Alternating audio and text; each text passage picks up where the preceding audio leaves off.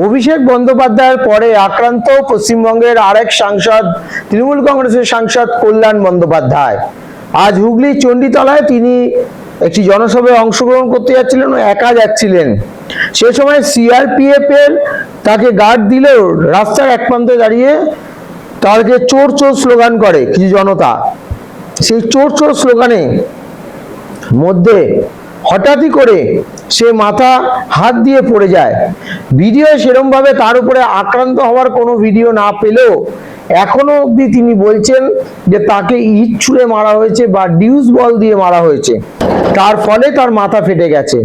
কল্যাণ বন্দ্যোপাধ্যায় যে মঞ্চে গেছেন বক্তব্য দিতে, যে মঞ্চে গেছেন আন্দোলনের সংগ্রাম করতে এবং ডেপুটেশন দিতে গেছিলেন, যেই কারণে কি বললেন ওখান থেকে বেরিয়ে আক্রান্ত হওয়ার পর তৃণমূল সাংসদ কল্যাণ বন্দ্যোপাধ্যায়, শুনুন আপনারা। আমি কাউকে নিয়ে আসিনি, একা একা আসছিলাম এই চণ্ডীতলার মোড়টায়।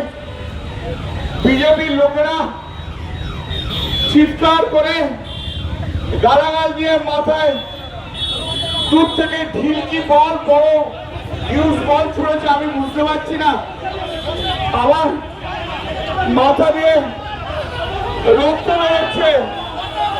আমি তা সত্ত্বেও আমি আপনাদের কাছে বলতে এসেছি একটাই কথা, আমার আর বলার মতো শক্তি নেই, আমার সত্যি বলার মতো শক্তি নেই। আপনারা বাংলার মানুষ, আপনারা চণ্ডীতলার মানুষ, আপনারাই বিচার করবেন যে এই যে গুন্ডাগর্দি করছে, এই যে এমপিদের দিয়ে মারছে, এটা কি ঠিক হচ্ছে? এখানে কোনো জনরোষ টনরোষ নেই। 7-8 জন লোক মিলে বিজেপির 10 জন গেরুয়া ফেটটি বেঁধে আমাদের আগের সব কর্মীদের মারধর করছিল, আর এখনো আমাকে পর্যন্ত ছাড়েনি। কৌশিকের মুখ ফাটিয়ে দিয়েছে।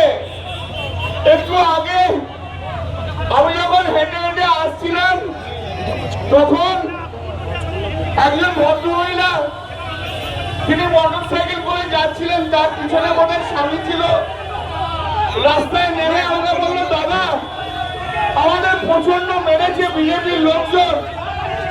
সারা পশ্চিমবাংলায় যেভাবে